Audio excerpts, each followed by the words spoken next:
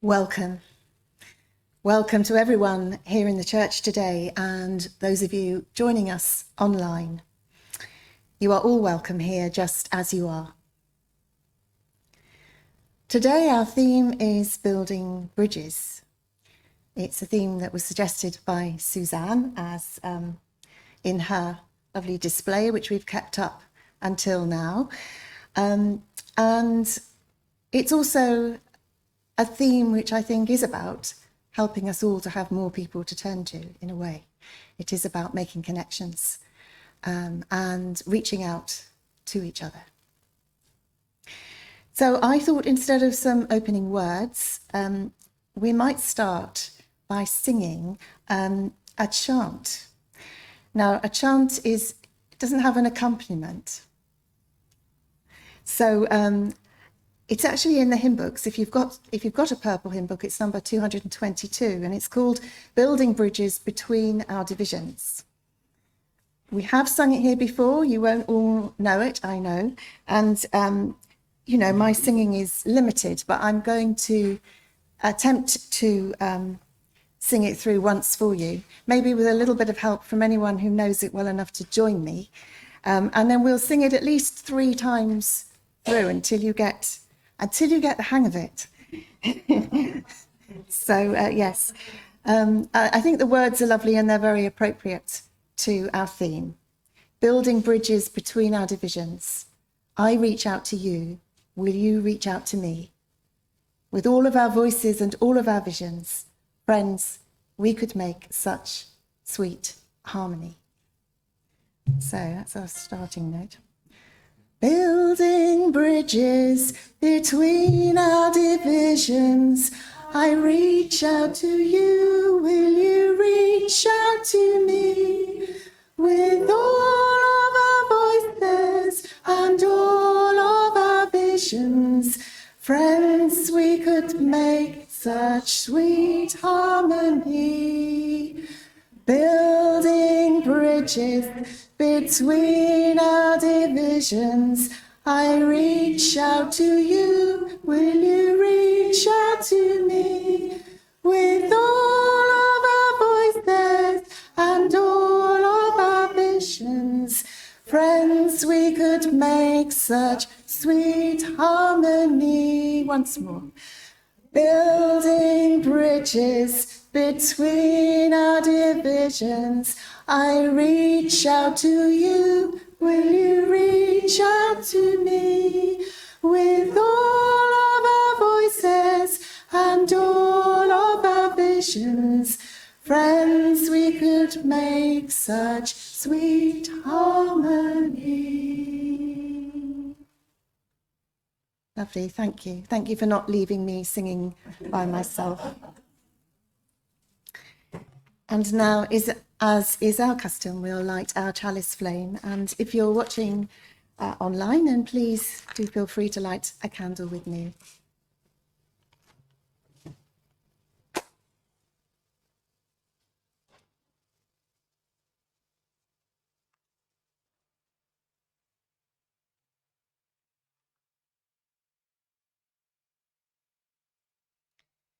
We light this chalice to find inner peace, love for each other, and faith in ourselves. To be welcoming to whoever we meet, and kind to all living creatures.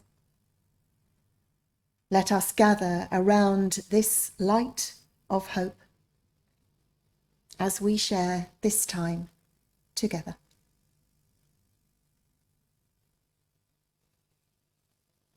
And a prayer. This prayer has been written by Rebecca Edmiston Lang. God of all peoples, Spirit of life and love, be in our hearts and our minds this hour. Bless this gathering and this place. Help us to speak to one another as we would be spoken to respect our differences as an aid to mutual understanding. Help us to hear one another. Help us to acknowledge our limited vision. That together our grasp of truth is much greater together than when alone. May we find here greater clarity, clarity of mind and of purpose.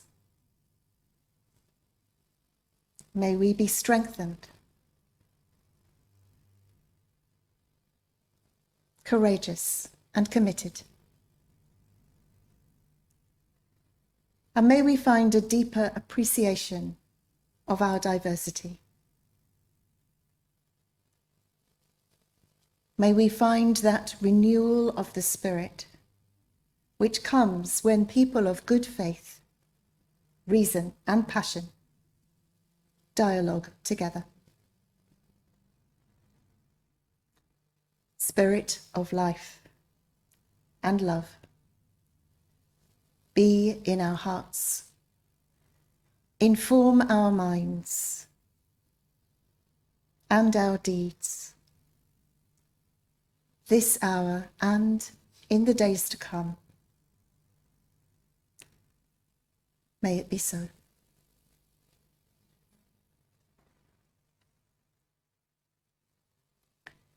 And let's pause for a moment to pray inwardly for guidance for our world leaders, for our own government, for all those who have power and influence in the world, that they may use it with care and humility, with commitment and fortitude to serve the health and the well-being of our planet and all who inhabit it, especially all those people and species and environments who are most marginalized, most oppressed, most at risk.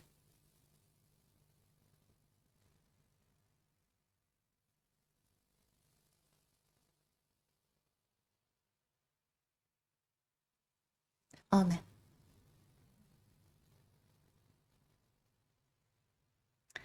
So our first hymn today, hymn proper, if you like, is number 119. And it is called O Source of Many Cultures. So that's hymn 119 in the Purple Hymn Book, O Source of Many Cultures.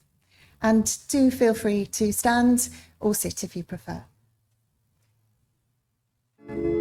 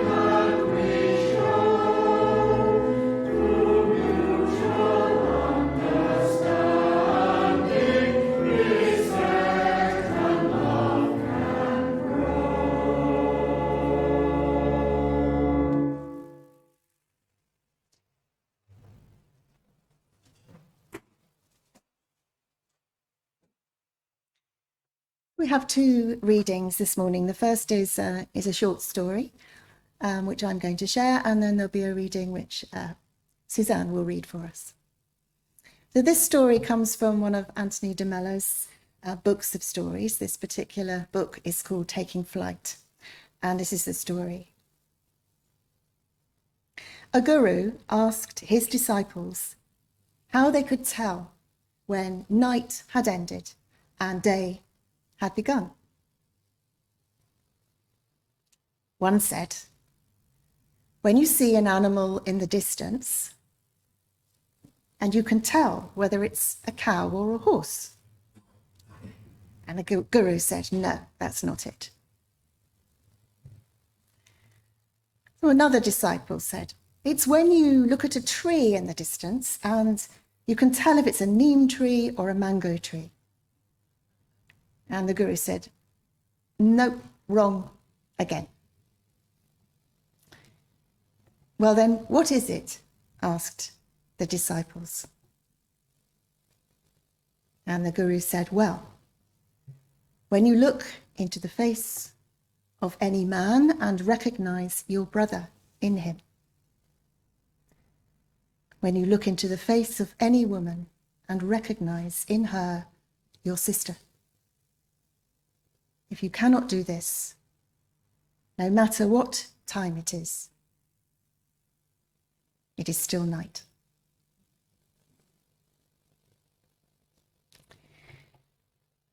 And our reading is by Mark Belletini, who's a Unitarian Universalist, and Suzanne will read it.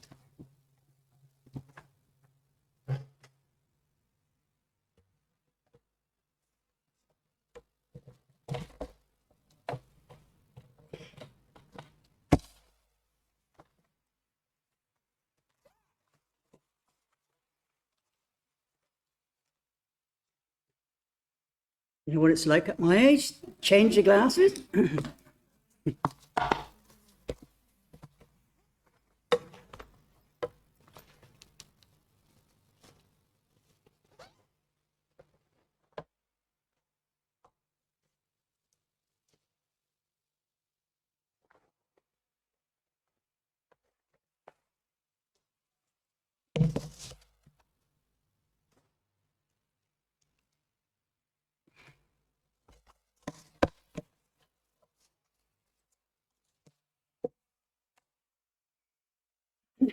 His words by Reverend Mark Belletini.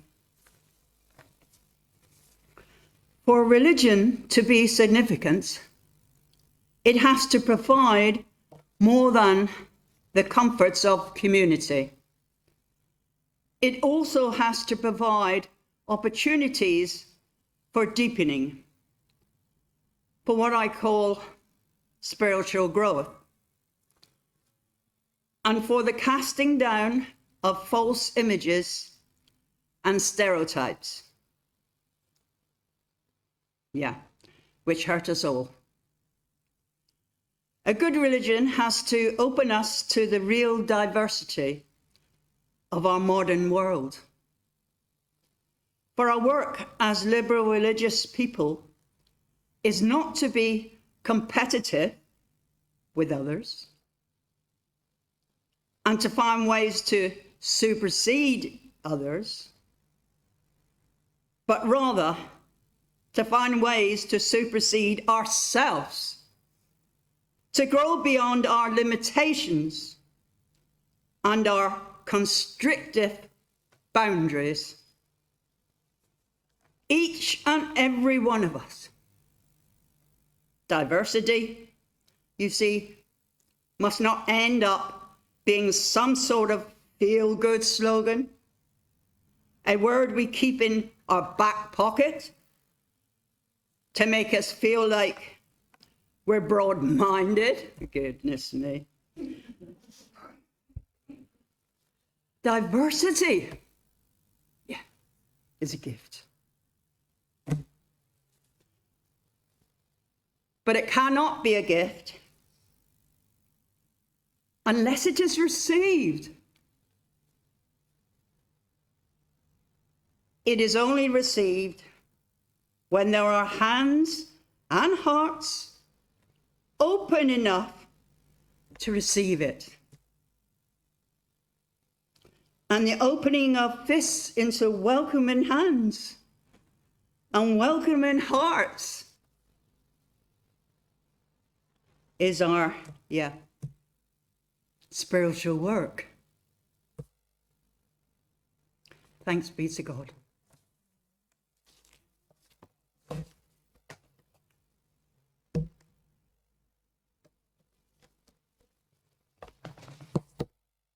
Take off glasses because I can see better without them now. Thank you, Suzanne. Welcome. And we're going to come to a time of quiet for your own prayers and reflections, meditations, or simply to sit and listen to the sounds, both within and without. And then we'll hear some music.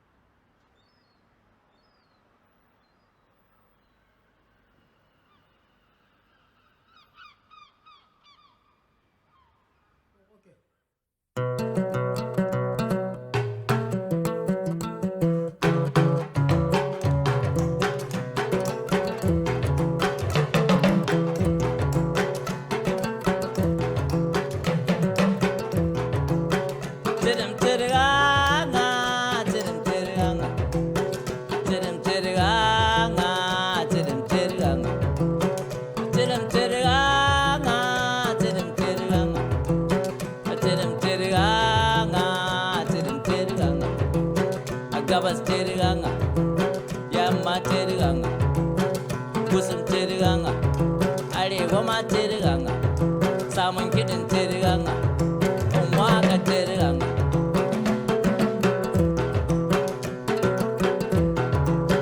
Tidum teriganga, tidum teriganga, tidum teriganga, tidum teriganga. Wale taitapa, tidum teriganga.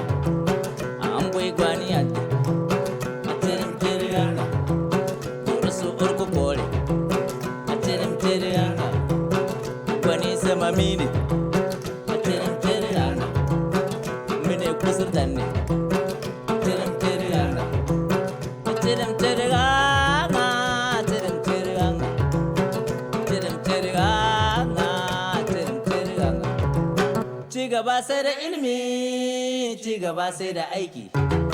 Ci gaba sai da ilimi, ci gaba sai da aiki. Ko gida ko daji.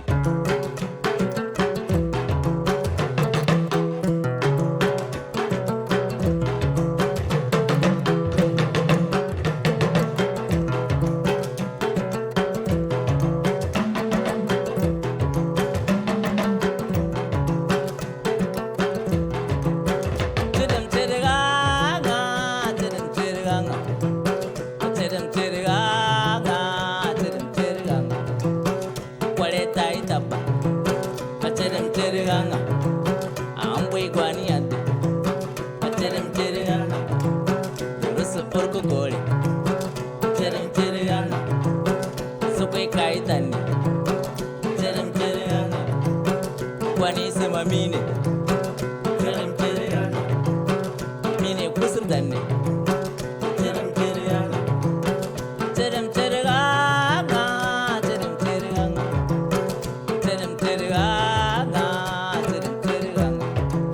Ci gaba sai da ilimi, ci gaba sai da aiki.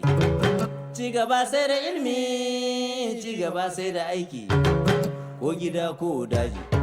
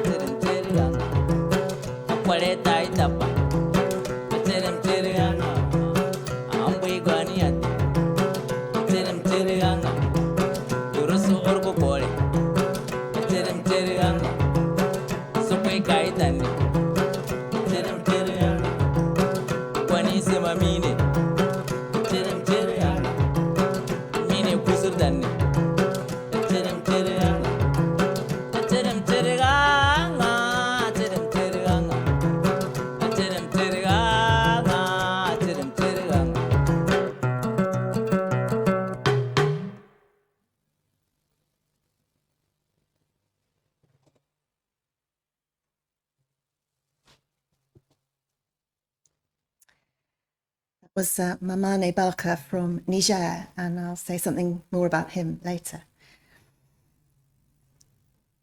I love bridges.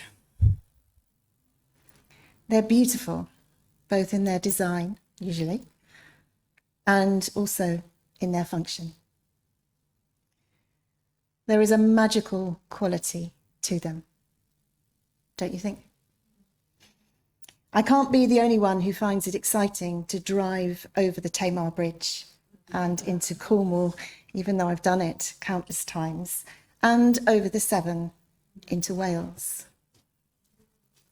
A bridge literally takes you somewhere else. Over the water, to a new land, to the other side. It opens up new pathways and new connections. It makes the previously impossible possible. And the great thing about a bridge is that it works in both directions. Both sides benefit from the link that's created. The building of a bridge can be difficult. Of course, a plank of wood or a few well-chosen stepping stones across a small stream might be simple enough and also very pleasing. But spanning a huge river or an estuary, it's a mammoth task, a real feat of engineering, and a symbol, for me anyway, of hope and faith, of dreaming and exploring. But bridges don't build themselves. You have to really want to build one and to see the advantages of it. Otherwise, why would you bother? But of course, there are advantages to building bridges.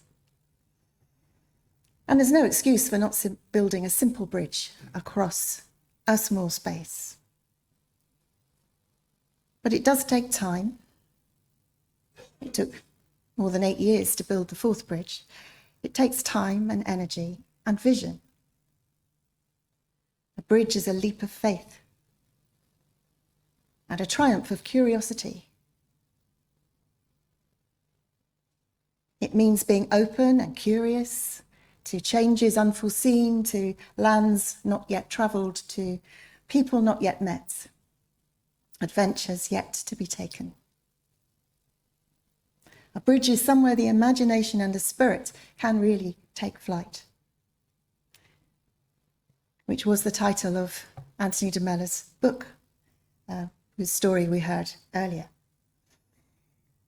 And I think this is why the phrase building bridges is often used in mediation and in dialogue, such as interfaith work. To build a bridge, you have to reach out and build out from both sides. You have to dare to leave the comforts of your known shoreline and take a walk out towards someone else's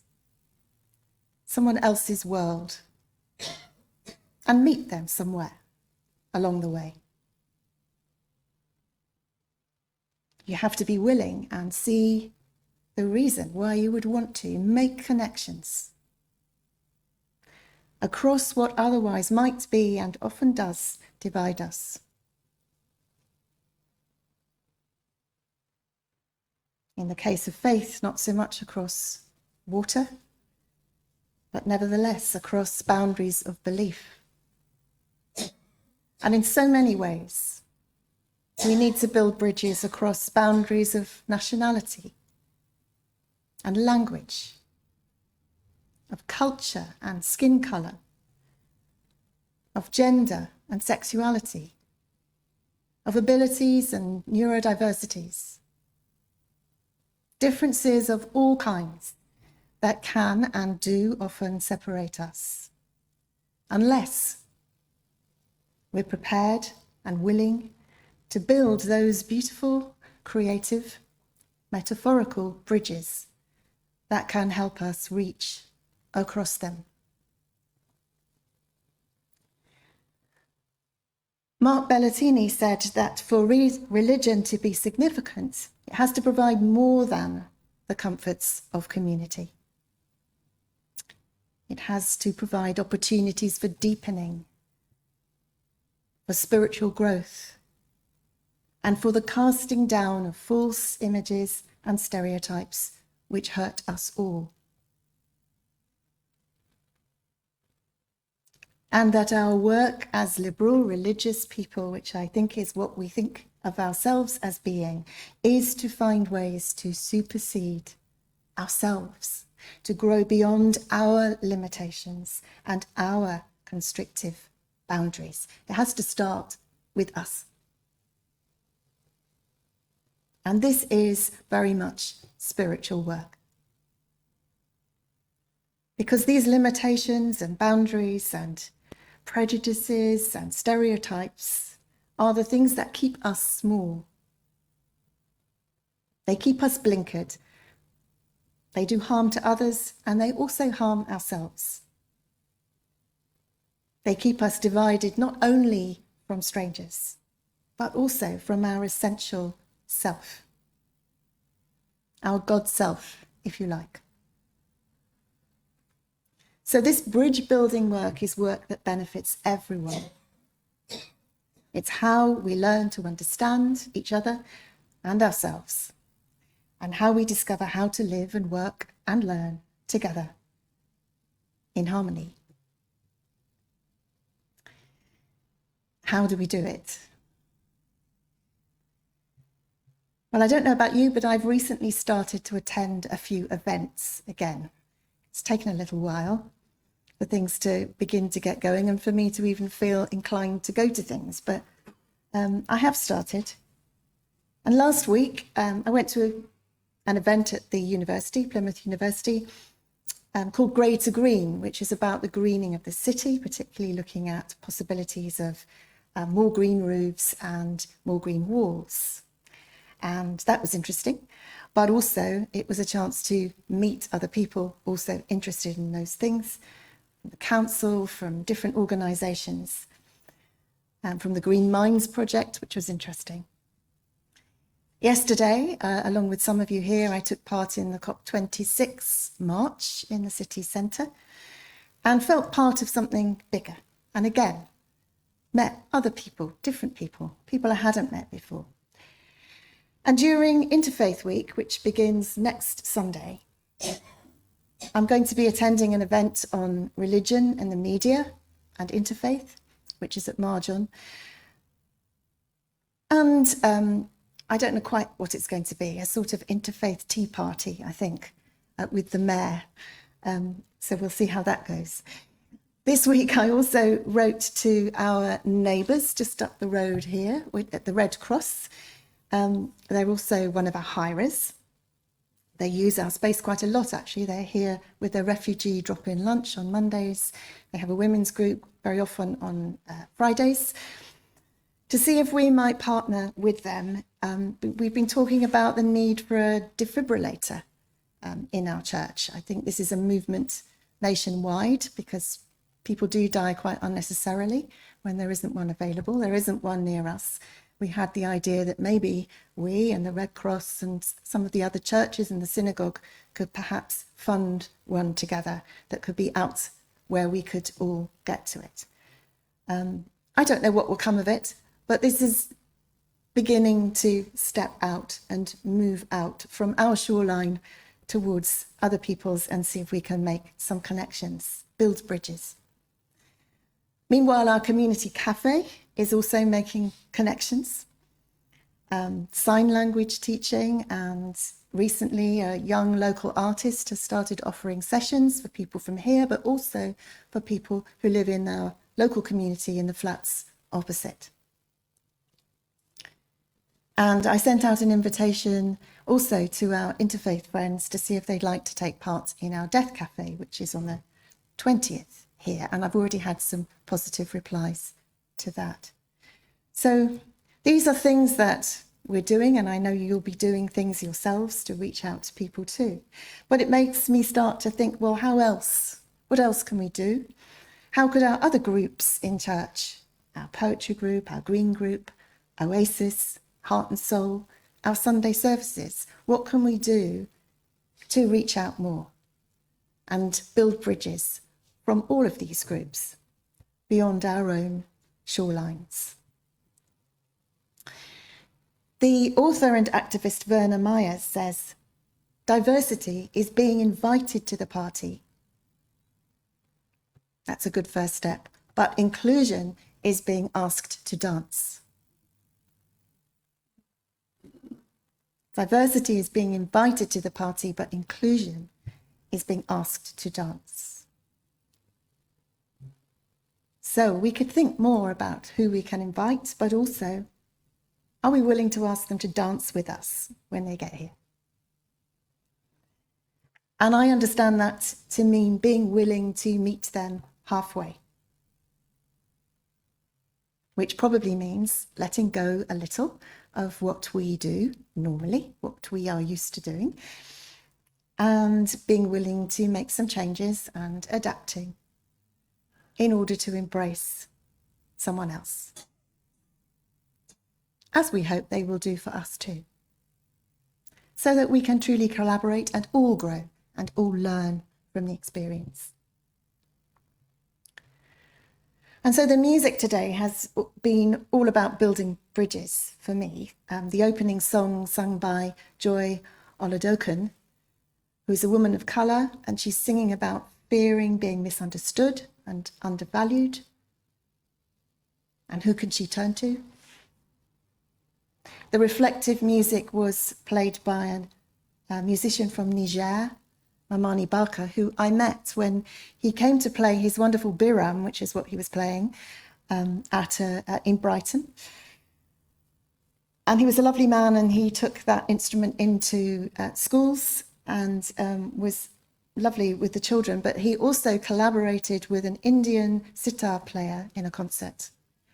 And the two of them, from completely different cultures, different instruments, never met before, did this magical thing where they just jammed together and found their ways into rhythms and harmonies and created a sound which I would say is unique, because I don't think a sitar player had ever played with a biram player before. And to me, that was mesmerizing to watch and listen to them in that process, create something really new and beautiful out of their shared experiences.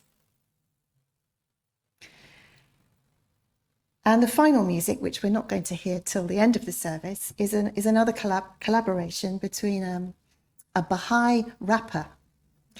I mean, this might also be a first. I don't think we've ever played any rap music here before. A Baha'i rapper from Arizona and a Cameroonian singer. They're called Colby and Ewu, both of whom have a passion for peace and understanding between people, and have found that they can do more than just appreciate each other's music, but they can also create something different together. So I hope you will enjoy that when you hear it and also see them. But I thought perhaps you needed a bit of warning, because, you might be expecting something very gentle and calm, and it's not quite as gentle and calm, but still very lovely. So I'd like to finish with the words of the chant that we sang at the beginning. Building bridges between our divisions. I reach out to you, will you reach out to me? With all of our voices and all of our visions. Friends, we could make such sweet harmony. I hope that's something that we will be doing more and more of in the coming months and years. But now let's sing our second hymn, which is 195 in the Purple Hymn Book. It's We Sing a Love That Sets All People Free. 195.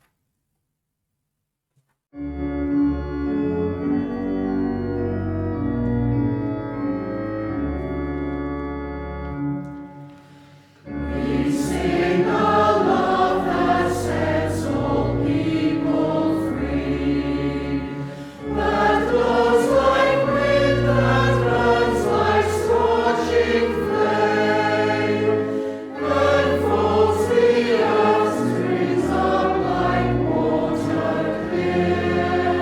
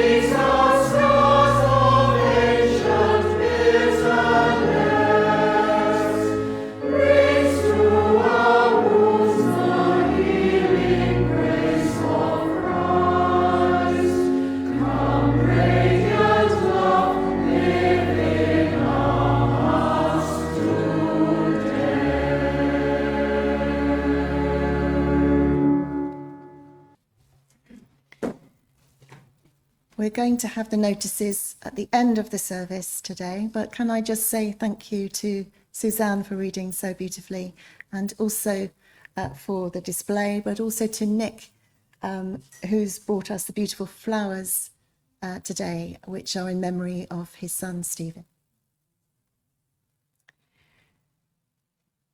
Our closing words are by Jean Ricard. We have a calling in this world. We are called to honour diversity, to respect differences with dignity, and to challenge those who would forbid it. We are people of a wide path. Let us be wide in affection and go our way in peace. Amen.